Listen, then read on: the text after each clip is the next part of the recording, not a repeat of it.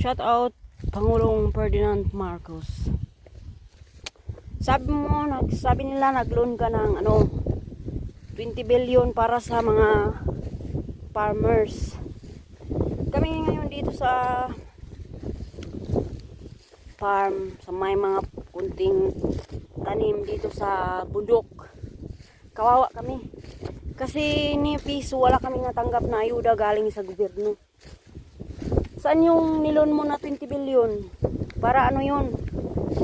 Para lang ba sa mga may-ari ng bigas?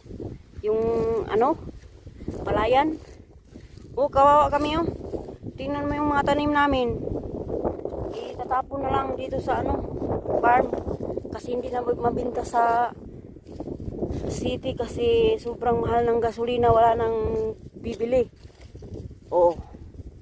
Yun. Sabi mo may loan ka na 20 billion. Saan yun napunta? Sa mga lang? May-ari ng palayan? Oh.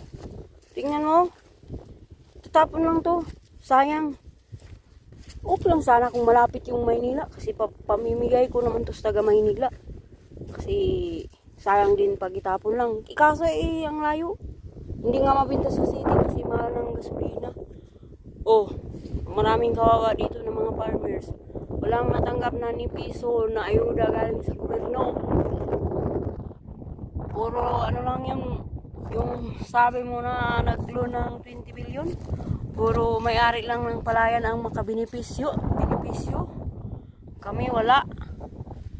Paano na kung wala ng mga farmers kasi wala ng pang finance kasi wala ng pera kasi yung mga namin hindi na mabinta. Ito Chinese cabbage hindi na mabinta. 4 pesos lang yung kilo. Marami pa dun sa kabila. Kawawa yung mga farmers. Sana makarating to sa'yo, Pangulong Marcos. Sana mabigyan din yung mga farmers ng kahit lang, pangbili lang ng abono.